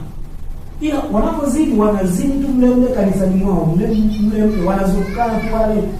Mzee wa kanisa anazungukwa na huyu na yeye anaenda kumzunguka huyu, anazungukana wale mle ndani mle. Sasa wakati huo hata yeye mwenyewe napiga naye story hapo, yupo anasubiri dada mmoja apite. Sababu kipindi hicho mimi nipo tu, sijui habari za Mungu, nipo tu na mimi namsupport tu, wewe bwana ndio. Sasa baadaye nilipoongea na kanisa ndio nikaanza kumbe yeye alikuwa anasema kumbe ndio haya mambo ya ajabu. Kuna kanisa moja tulifanya uinjilisti kule ambapo nilikuwa na nilibatiziwa kule. Tumefanya uinjilisti, tumehubiri, tumetembea nyumba kwa nyumba. tulikuwa sio tatu tu, nyumba kwa nyumba, tukapata wabatizwa wanawake wazuri, mabinti wazuri, warembo, wakajitoa kubatizwa bwana. Sasa wakaanza mafundisho ya nini? Mafundisho ya darasa la ubatizo. Kumbe mzee wa kanisa alikuwa anawanendea bwana. Sasa imefika siku ya ubatizo, tunategemea wale wabatizo watabatizwa siku ya Sabato. Kuuliza nini yule aliyokuwa mwenyeji wao, tunaona tu nini Kiswahili tu, kusema basi bwana ndio ameruhusu hivyo. Tukakaa baada kama miaka 3 hivi au 4, ndio tunakuja kuambiwa kwa nini wale mabinti walikuwa wawili, kwa nini wale mabinti hawakubatizwa. Mkubwa wao ambaye alikuwa ni anawalea pale, yeye alikuwa ni Mwadventista lakini haendi kanisani. Kwa sababu gani? Ya mambo haya. Kwa hiyo yeye akawa anaseleka nyumbani. Siku akakuta message gani? Message ya yule mzee wa kanisa na hela imetumwa kwa wale mabinti. Yule baba akasema, mnaendaje kubatizwa kwa watu kama hawa? Akawastopisha wale watu. Kwa kuna watu wanaendelea kutafuta roho za watu kuzileta katika kanisa. Hapo kuna watu wanakuwa kazi yao ni wanateka tu macho hivi. Leo kaingia binti fulani, leo kaingia mama fulani. Kazi yao ni kuharibu. Kwa wengine wanaleta, wengine wanaharibu. Wengine wanaleta, wengine wanaharibu. Ndio maana kuna wakati Nehemia alichapa watu fimbo. Zinaa inaharibu amani. Zinaa inaharibu kanisa. Na kwa kuwa tukemei, wazee wa kanisa wanaona ni sawa, wachungaji nao wanaona ni sawa, kwa sababu pia wengi tupo kwenye njia hiyo. Paulo kwa uongozi wa Roho Mtakatifu akatoa utatuzi. Ikiwa kuna watu wana michemko ya miili, akatoa utatuzi kwamba huu utatuzi ufuatwe kwenye Wakorintho wa kwanza sura ya 7. Wakorintho wa kwanza sura ya 7. Kwamba sasa kwa kuwa ninyi mnazinaa, mnampenda sana zinaa, sasa fanyeni haya mambo. Sura ya 7 fungu la kwanza nasema, basi kwa habari ya mambo yale niliyoandika, ni heri mwanamume asimguse mwanamke. Ni heri mwanamume asimguse mwanamke. Nasema, lakini kwa sababu ya zinaa, kila mwanamume na hawe na mke wake mwenyewe, na kila mwanamke na hawe na mume wake mwenyewe. Kwa akasema, jamani, ikiwa wewe unataka mambo haya,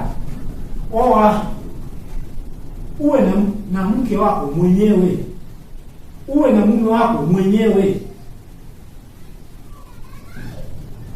ili ujiepushe na kuangalia mabinti kanisani, kuangalia wamama kanisani. Ukioa utakuwa na mkeo, utakuwa na nani? Na mumeo. Utakuwa umepukana na mambo ya zinaa. Sasa mtu uoi,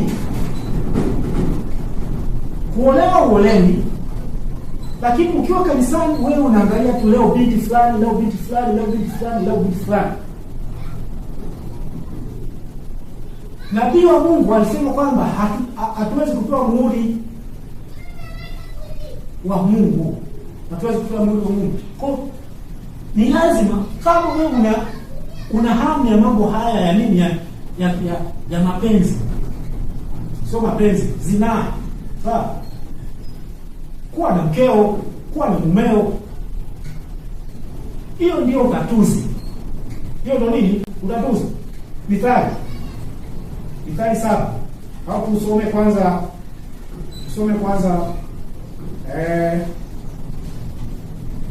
Mathayo 19 fungu la 10. Mathayo 19 fungu la 10, neno la Bwana linasema 19:10 inasema, wanafunzi wake wakamwambia, mambo ya mtu na mkewe yakiwa hivyo haifai kuoa. 11, lakini yeye akawaambia, si wote wawezao kulipokea neno hili, ila wale waliojaliwa. Maana wako matowashi waliozaliwa hali hiyo toka tumboni mwa mama zao. Tena wako matowashi waliofanywa na watu kuwa matowashi. Tena wako matowashi waliojifanya kuwa matowashi kwa ajili ya mfalme wa mbinguni. Hawezi kulipokea neno hili na alipokee. Yesu baada ya kuzungumzia habari za ndoa, wanafunzi wakasema mambo kama ya mume na mke yako hivi, ni bora kukaa nini? Ni bora kukaa bila kuoa. Yesu akafafanua akasema kwamba hili jambo limegawanyika katika sehemu tatu, kwamba kuna matowashi waliofanywa kama wale watumwa wamefanywa ili wasioe, au wamefanywa haikuwa lengo lao, ila wameasiwa. Hao hawezi wakaoa. Kwa nini? Miili yao tayari imeshaasiwa. Akasema tena, wako matowashi ambao wamefanyaje, ambao wamezaliwa toka tumboni. Yaani toka tumboni yeye ni hivyo, si shoga, si nani, yaani yeye ni hivyo. Ndivyo alivyozaliwa, si shoga, si nani, ila yeye mkazaliwa hivyo. Lakini pia akasema kuna matowashi waliojifanya. Yaani akatafakari akasema, bwana, mimi ni kwa ajili ya Bwana, ni heri nisioe, nichape kazi ya Bwana. Au ndio matowashi ambao wamenenewa katika Biblia. Sasa wewe ni towashi yupi? Unajifanya, umefanywa, au umezaliwa? Sasa ukiwa wewe unajifanya ni towashi kwa ajili ya Bwana, alafu uowi, alafu unaangalia mabinti kanisani, unatamani, unazini nao, na kushauri toa mwili wako kwa Bwana. Roho Mtakatifu aingie humo, aondoe hizo shauku za zinaa ambazo zina wasumbua watu. Kwa inatakiwa wewe ujitambue. Ikiwa hutaki kuoa, alafu unaorodha ya mabinti kanisani, unamaliza unatia tiki. Tafakari rafiki yangu, tafakari. Yesu anakupenda. Yesu anakupenda. Badilika. Yesu anakupenda. Yesu anafanyaje? Anakupenda. Kwa hiyo ni lazima ujue kwamba kama hutaki kuoa, basi hakikisha kwamba hauwaki tamaa. Uwaki nini? Tamaa. Kama neno la Mungu linavyosema. Lakini ikiwa unataka tamaa, tafuta mke ukaoe. Mithali 5, twende Mithali 5. Mithali 5 fungu la 15. Mithali 5 fungu la 15, neno la Bwana linasema 5:15 anasema, unywe maji ya birika lako mwenyewe. Unywe maji ya birika lako mwenyewe, na maji yenye kububujika katika kisima chako. Unywe maji ya birika lako mwenyewe. Oa. Na wewe ulioa, kuridhika na mkeo. Acha kuangalia wake za watu. Acha kuangalia mabinti wa watu kanisani. Mungu anatumia watu wa aina gani? Mungu anatumia watu wa aina gani katika kukamilisha mipango yake? Mungu anatumia watu wa aina gani kukamilisha mipango yake? Tuone kijana mmoja anaitwa Yusufu. Kwenye Mwanzo sura ya 39 fungu la 9. Mwanzo 39 fungu la 9 anasema 39 fungu la 9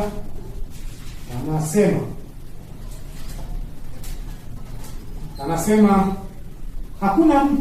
hakuna mkuu katika nyumba hii kuliko mimi, wala hakunizuilia kitu chochote ila wewe, kwa kuwa wewe hu mkewe. Nifanye ubaya huu mkubwa nimkosee Mungu? Hata Yusufu tunajua historia yake, tunajua maisha yake, alikuwa na mcha Mungu. Alipoletwa katika jaribu, cha kwanza alitambua kwamba yule alikuwa ni mke wa nani? Wa bosi wake, mke wa jirani yake. Lakini zaidi ya uhusiano wa bosi na wafanyakazi, akatambua kwamba uhusiano wake yeye na nani? Na Mungu ukoje. Akasema ni mfano ubaya huu nimkosee Mungu? Sio nimkosee Potifa, nimkosee Mungu. Sasa hebu tuone nabii wa Mungu anapofafanua hili jambo. Nabii wa Mungu anapofafanua hili jambo kwenye kitabu cha Wazee na Manabii sehemu ya kwanza 221 na ile haya 221, maneno ya juu kabisa hapa. Nabii wa Mungu anaeleza hivi: Yusufu alifahamu vizuri matokeo gani yangefuata baada ya kukataa kwake. Kwa upande mmoja alikuwa na kutunza siri, fadhila na zawadi. Kwa upande mwingine fedheha, kufungwa jela na huenda kifo. Maisha yake ya baadaye yalitegemea uamuzi wa sasa. Je, kanuni ingeshinda? Je, bado Yusufu angeendelea kuwa mwaminifu kwa Mungu? Kwa wasiwasi usioelezeka, malaika waliangalia tukio lile. Haya ya pili hapa anasema, kama tungedumisha wazo la mazoea kwamba Mungu anaona na kusikia yale yote tunayoyatenda na kunena, na anatunza kwa uaminifu kumbukumbu ya maneno na matendo yetu, na kwamba ni lazima tukutane nayo yote, tungeogopa kutenda dhambi. Kwa hiyo kumbe, wakati Yusufu amekamatwa na yule mama, yuko kwenye ile jaribu, mbingu ilikuwa inatazama, ilikuwa inaangalia ile tukio. Malaika wanaangalia hivi, mbingu inatazama hivi, malimwengu huko juu yanatazama hivi. Yusufu atashinda jaribu? Rafiki yangu, nikwambie, kwenye kile chumba, kwenye ile gesti, kwenye majani, juu ya mti, chini ya gari, ndani ya gari, unapokuwa unafanya zinaa, mbingu inatazama hivi, inaangalia hivi, inaangalia. Nabii wa Mungu anasema kwamba ikiwa tungekuwa tumejua kwamba mbingu inaandika, ina rekodi, inachukua tukio, kila tukio, neno kwa neno, tungeogopa kutenda dhambi, tungeogopa zinaa, tungeogopa kufanya nini? Zinaa. Nabii wa Mungu tena anafafanua katika kitabu cha Nuru Safarini, ukurasa wa 140 haya ya pili, 140 haya ya pili, anasema 140 haya ya pili, anasema haya ya pili, anasema kufa ni bora kuliko kuvunja au kuiasi sheria ya Mungu. Hili ndilo lingekuwa neno la kila la hekima ya kila Mkristo. Nabii wa Mungu anasema kwamba ni heri ufe, usije kwamba mimi walikuwa wamenizingira nikakubali tu. Hapana, mimi alinishawishi tu kwa nguo fupi. Hapana bwana, mimi Nabii wa Mungu anasema ni heri ufe kuliko kufanya zinaa, kuliko kubali. Haya, ukurasa wa 141 haya ya kwanza anasema, uasherati umefanya mengi zaidi ya uovu wote mwingine kuziharibu tabia za wanadamu. Unatendeka kwa kadiri kubwa ya kutisha nao huleta magonjwa katika kila namna. Uasherati, na pia anasema kwamba uasherati umefanya mengi zaidi ya uovu wote. Uasherati umefanya mengi zaidi ya uovu wote. Kwa Yusufu, yeye baada ya kushinda hili jaribu, tunaona Mungu alimpandisha, alimwadhimisha, alimtukuza hadi akawa waziri mkuu. Kwa nini? Kwa sababu alikuwa mwaminifu kwa nani? Kwa Mungu. Kwa Mungu. Tuone mtu mwingine mwaminifu. Kitabu cha Luka 1:26. Luka 1:26, neno la Bwana linasema 1:26 Luka, neno la Bwana linasema, tuone mtu mwingine mwaminifu. Ni lazima tuwe waaminifu kwa Bwana. Ikiwa hatutakuwa waaminifu kwa Bwana, Bwana hawezi akatutumia. Asema mwezi wa 6 malaika Gabrieli alitumwa na Mungu kwenda mpaka mji wa Galilaya, jina lake Nazareti, kwa mwanamwali bikira aliyekuwa ameposwa na mtu jina lake Yusufu, wa mbari ya Daudi, na jina lake bikira huyo ni Mariamu. Fungu la 34 anasema Mariamu akamwambia malaika, litakuwaje neno hili, maana sijui mume? Kwa Mariamu naye alikuwa ni bikira mwaminifu. Alikuwa ni mwaminifu, akatunza ujana wake. Mungu akamkumbuka. Tuone wengine. Matendo 21 na lile fungu la 8 na 9. Matendo 21:8 na 9, neno la Bwana linasema mtu huyu alikuwa nabii. Tuanze nani? Anasema asubuhi yake tukaondoka tukafika Kaisaria, tukaingia nyumbani mwa Filipo, mhubiri wa Injili, aliyekuwa mmoja wa wale 7, tukakaa kwake. Fungu la 9, mtu huyu alikuwa na mabinti wanne, mabikira waliokuwa wakitabiri.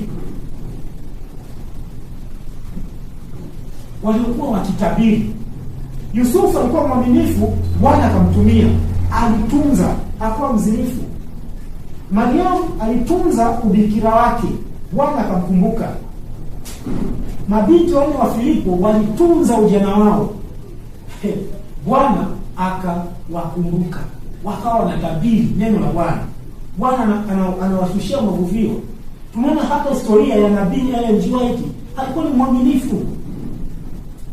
Sasa sisi vijana wa siku hizi, shida ni nini? Tunashinda nini kuwa waaminifu kwa Mungu?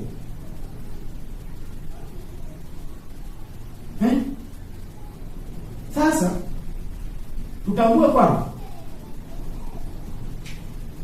mtu yeyote anayekufuata wewe binti, kavaa tai, ana suti, kachomekea, akakushawishi kuingia katika zinaa, huyo huyo ni pepo. Huyo ni pepo aliyevaa nini? Aliyevaa suti. Ni pepo mwenye nini? Mwenye gari. Ni pepo anayesoma mafungu ya Biblia. Ni pepo anayetangaza matangazo ya kanisa. Ni pepo anayefanya nini? Ni pepo anayehubiri. Kwa sio kwamba mtu kisa ni mzee wa kanisa, ana viela fulani hivi, akaja akakushawishi kwamba ni pepo, ni shetani aliyekufuata. Kwa wewe ukikubali, ndio na wewe una pepo. Kwa sababu pepo na pepo wanapatana. Pepo na roho wa Mungu hawapatani hata siku moja. Kwa sio kila mtu anayekufuata ni mtu, wengine ni mapepo, ni mashetani wanaosema kwamba wanamsubiri Yesu aje mara ya pili.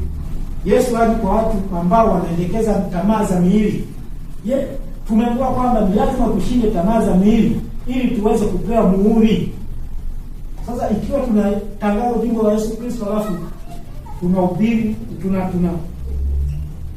tunaendekeza tamaa za miili, tusitegemee kwamba tutapata muhuri wa Mungu. Tusitegemee. Lazima tubadilishe maisha yetu yapatane na tabia ya Mungu.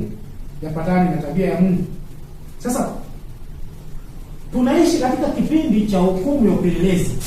Tunaishi katika kipindi cha hukumu ya upelelezi. Unaposoma katika kitabu cha Mhubiri 12 fungu la 14, Mhubiri 12:14, neno la Bwana linasema, Mhubiri 12:14, neno la Bwana linasema, kwa maana Mungu ataleta hukumuni kila kazi pamoja na kila neno la siri, likiwa jema au likiwa baya. Biblia inatuambia kwamba Mungu ataleta kila neno la siri, ataleta kila kazi. Ikiwa unadhani kwamba Mungu hakuoni, unapotongoza mke wangu, unapotongoza mume wa mtu, unaposhawishi vijana kanisani kuondoka katika njia, yote yanaandikwa, malaika anaandika, yataletwa hukumuni. Tutambue kwamba tunaishi katika kipindi cha hukumu ya upelelezi wa Adventista wa Sabato. Mwisho wetu ni anga ya Jumapili. Kwa inatakiwa tujue kwamba tunaishi katika kipindi cha hukumu ya upelelezi. Tunapelelezwa, tunaongea nini, tunakula nini. Sasa ikiwa sisi tunaendekeza zinaa kanisani, mshiriki kwa mshiriki, mchungaji na waumini, na siku hizi kuna wachungaji wanahubiri mahubiri ya kufanya watu kupinga zinaa, mambo ya ajabu kabisa. Mathayo 12:36 Mathayo anasema, Mathayo 12:36 anasema kwa kuwa maneno yako anasema, basi nawaambia kila neno lisilo maana watakalo neno wanadamu watatoa hesabu ya neno hilo siku ya hukumu. Kwa kuwa kwa maneno yako utahesabiwa haki na kwa maneno yako utahukumiwa. Kwa hiyo ikiwa mdomo wako, maneno yako yanawashawishi mabinti kanisani siku ya Sabato, ikiwa maneno yako yanawashawishi vijana wa kiume kanisani kuwaondoa katika uwepo wa Mungu, kuwapelekea wale watu wa zinaa wazini na wewe, tambua kwamba maneno hayo yanaandikwa, yataletwa hukumuni, yataletwa hukumuni. Tusome kitabu cha Pambano Kuu, ukurasa ule wa 398 haya ya kwanza. 398 haya ya kwanza, neno la Bwana linasema, anasema kila kazi ya mtu itachunguzwa kwa Mungu, inachunguzwa na Mungu na inaandikwa kama ni ya uaminifu au sio ya uaminifu. Anasema mbele ya kila jina katika vitabu vya mbinguni pameandikwa kwa usahihi wa kutisha kila neno lisilo sahihi, kila tendo la ubinafsi, kila wajibu ambao haukutimizwa, na kila dhambi ya siri. Kama unaenda kuzini, unaishi Dar, ukenda kuzini Sumbawanga, unaishi Morogoro, ukenda kuzini Zanzibar, ilirekodiwa. Nasema na kila aina ya udanganyifu uliofichika, maonyo yaliyotumwa kutoka mbinguni yakapuuzwa. Hata hii unasema huyu mwinjilisti na bikera anatumia maneno magumu. Haya, muda uliopotezwa, fursa ambazo hazikufanyiwa kazi, mvuto uliohamasisha wema au uliochochea uovu, pamoja na matokeo yake mapana, yote yanaandikwa na malaika anayetunza kumbukumbu. Kwa rafiki yangu, ikiwa tulidhani kwamba hatukuonwa, mbingu ilirekodi. Ikiwa tulikuwa tujatubu, tukatubu, Yesu anakuja, tukatubu, Yesu anakuja. Na kitabu cha ujumbe wa Hawari ukurasa wa 142 na ile haya ya kwanza, neno la Bwana linasema, haya ya kwanza kuna maneno ya katikati, nasema hebu kila mtu na atambue mahali pale anaposhindwa. kisha kwa uaminifu angalie kwamba dhambi zake hazitamwangusha, bali akapata ushindi juu yake. Hapo ndipo tunaweza kuwa na ujasiri kwa Mungu na kanisa litaokolewa kutoka katika matatizo makubwa. Anasema hebu kila mtu na atambue mahali anaposhindwa. Mimi kuna sehemu nitakuwa nashindwa, inatakiwa nitambue kwamba mimi udhaifu wangu ni sehemu fulani. Wewe kuna sehemu utakuwa unaanguka, lazima utambue kwamba mimi panaponiangusha ni hapa. Ninapotambua kazi ambayo natakiwa kufanya ni kumwambia Yesu anisaidie naweza kushinda. Sasa jambo la ajabu, sisi Waadventista Sabato, sisi tumekuwa tunalea hii dhambi ya zinaa. Na jambo la ajabu ni kwamba tangu mimi niamini kwenye kanisa hili, wenye kesi za kufuta ushirika kwenye swala la zinaa ni mabinti. Sasa siku moja wao wanajiuliza, mabinti wao wanazidi peke yao? Na utakuta wanaozidi nao wako mle kanisani. Mle kanisani. Lakini siku kufuta ushirika hawafutwi. Hawashughulikiwi. Na wengine wanafahamika kabisa kwamba yule alitaka kutembea na huyu. Mimi nikatoa pendekezo kwamba siku moja ama binti wakiwa wanafuta ushirika waulizwe kwamba ulishawahi kuzini na nani huko ndani. Waulizwe waseme, ili na wao washughulikiwe. Sio kila siku tumabinti tu, wanawake tu ndio wanafuta ushirika. Hata sisi wa baba huwa sisi ndio chanzo cha kuwafanya hao mabinti wawe hivyo. Kwa hiyo lazima tujue kwamba mimi Justini mwinjilisti ni wapi ninapoanguka, ili nisaishe, ili nije kupewa muhuri gani? Muhuri wa Mungu. Lakini ikiwa ninalea ninaona kufashion. Kuna mtu mmoja, Mungu tu atusaidie na Mungu amsaidie, ana hili jambo. Tumezungumza naye. Ukienda kuzungumza naye anaomba msamaha, mnamsamehe, yanaisha. Anarudia tena. Mnaenda kuzungumza naye anaomba msamaha, yanaisha. Anarudia tena. Sasa tunasema huyu tumfanyeje? Tusiwe watu wa kulea dhambi. Inatakiwa tulee tujue tunapoanguka, ikiwa tuna nia ya kupewa muhuri wa Mungu. Kwa muhuri wa Mungu hautawekwa kwa watu ambao wanaendekeza tamaa za miili.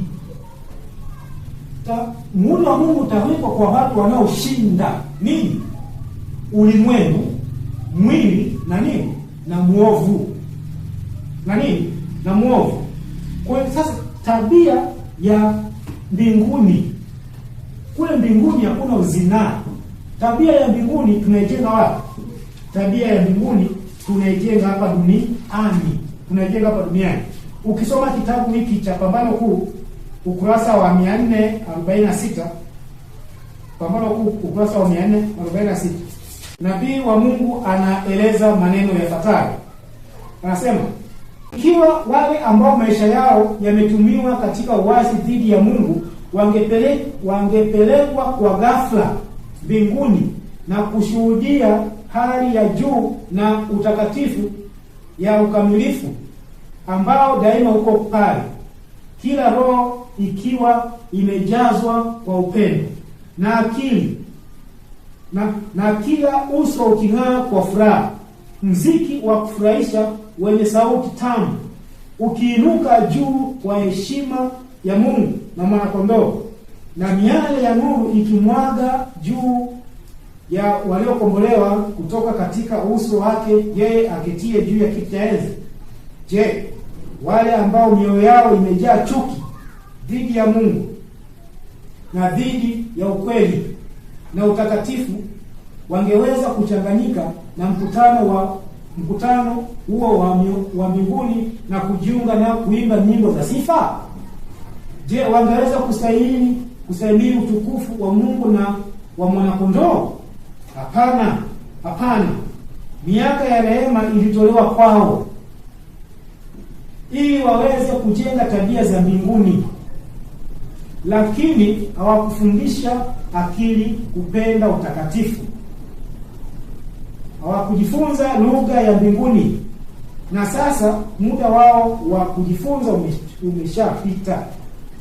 Maisha ya uasi dhidi ya Mungu hayawapi sifa ya kuishi mbinguni. Usafi wake, utakatifu wake na amani yake vingekuwa mateso kwao. Utukufu wa Mungu ungekuwa moto ulao kwao. Wangetamani kukimbia kutoka mahali pale patakatifu. Wangekuwa tayari kukaribisha kifo ili wafichwe wasione uso wake yeye aliyekufa ili awakomboe. Hatima ya waovu inaamriwa na uchaguzi wao wenyewe. Hatima ya waovu inaamriwa na uchaguzi wao wenyewe. Kutokwenda mbinguni kwa waovu ni hiari yao wenyewe, na ni haki na rehema ya Mungu. Kwa hiyo nabii wa Mungu anatueleza kwamba ikiwa waovu, leo tunazungumzia tamaa za miili, ikiwa watu wenye tamaa za miili wakichukuliwa wakapelekwa mbinguni ghafla tu, yani wapate bonus tu ghafla tu na tamaa hizo za miili, nabii wa Mungu anasema hivi, wangeweza kustahimili ule utukufu?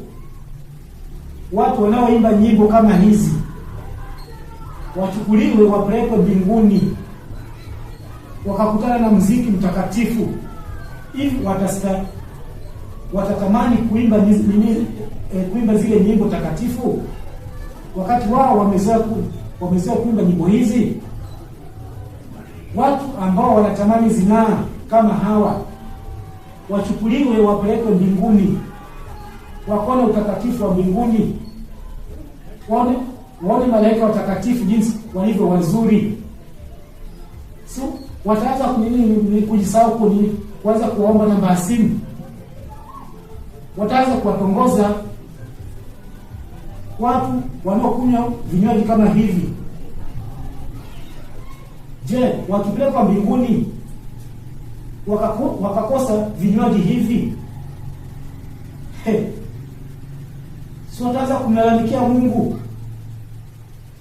Watu wanaopenda vyakula kama hivi ambavyo vinachochea mwili wachukuliwe wapelekwe mbinguni, alafu wakose hivi vyakula, sababu kule mbinguni kwenye nchi mpya hatutakula hivi vyakula hivi, nyama nini hatuli, hatutakula kule, hakuna kuchinja wanyama kule.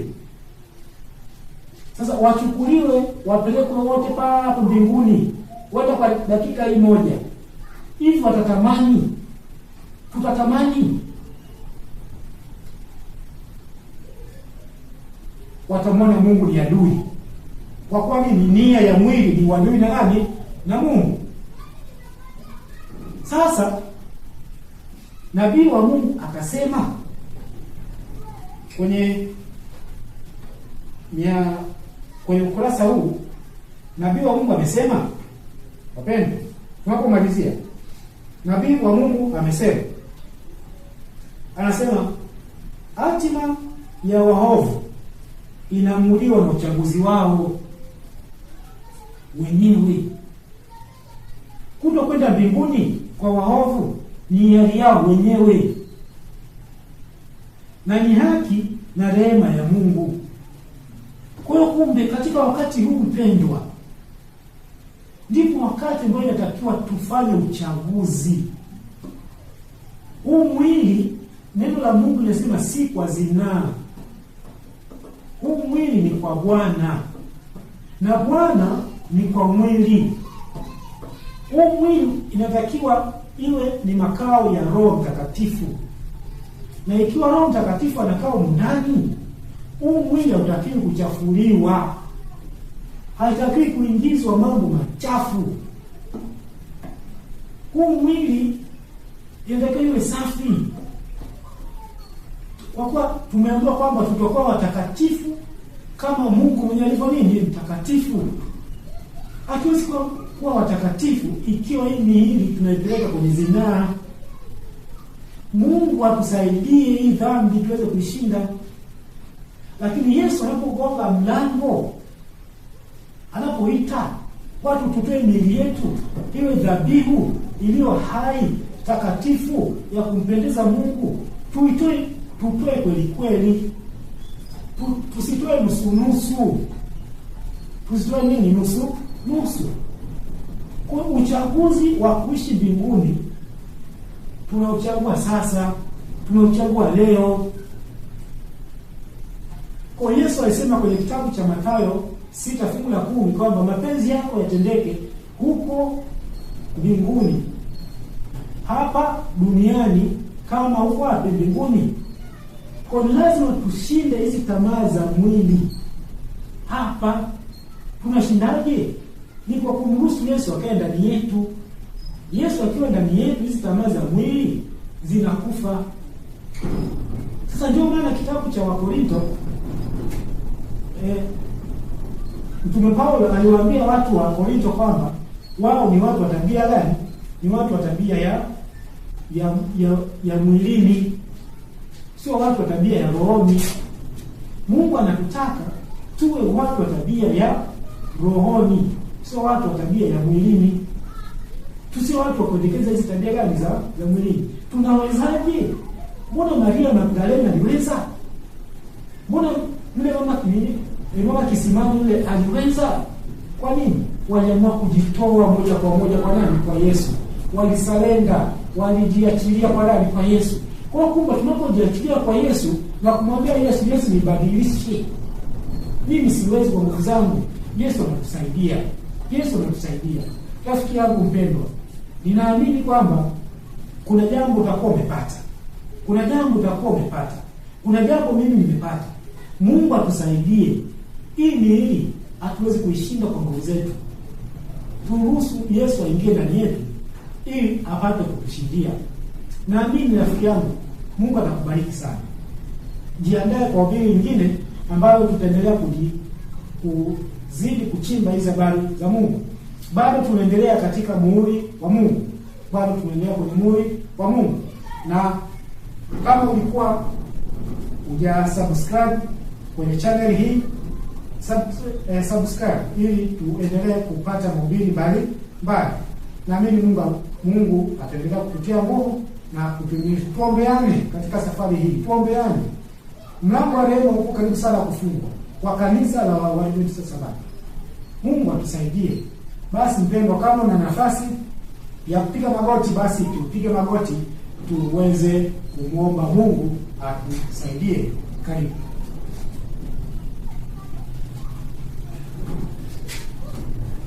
Baba yetu wa mbinguni, hakika hii miili hatuwezi kuishinda kwa nguvu zetu. Tunahitaji uwezo utokao kwako kuweza kutusaidia kushinda hii dhambi ya zinaa, kushinda dhambi ya ulevi, kushinda dhambi ya kila aina ambayo shetani anachochea miili yetu hii kuweza kufanya. Tusaidie Yesu. Hatuwezi kwa nguvu zetu. Tunahitaji msaada wako. Kwani bila wewe hatuwezi. Msaidie msikilizaji, msaidie na mimi niliye jifunza na watu wako neno hili. Yesu, msaidie pia. Tunahitaji msaada wako. Kwani bila wewe mimi siwezi kitu chochote. Kusema kwangu, kunena kwangu, Yesu, kuweze kuleta utukufu kwako na kwa ajili ya wokovu na safari ya watu wako tunaoishi katika wakati huu. Basi Bwana, tunakuomba uwe nasi, utuongoze na utuandae kwa ajili ya ubiri ambao liko mbele yetu. Tunaomba na kushukuru kupitia jina lako la thamani, jina la Yesu Kristo. Amen.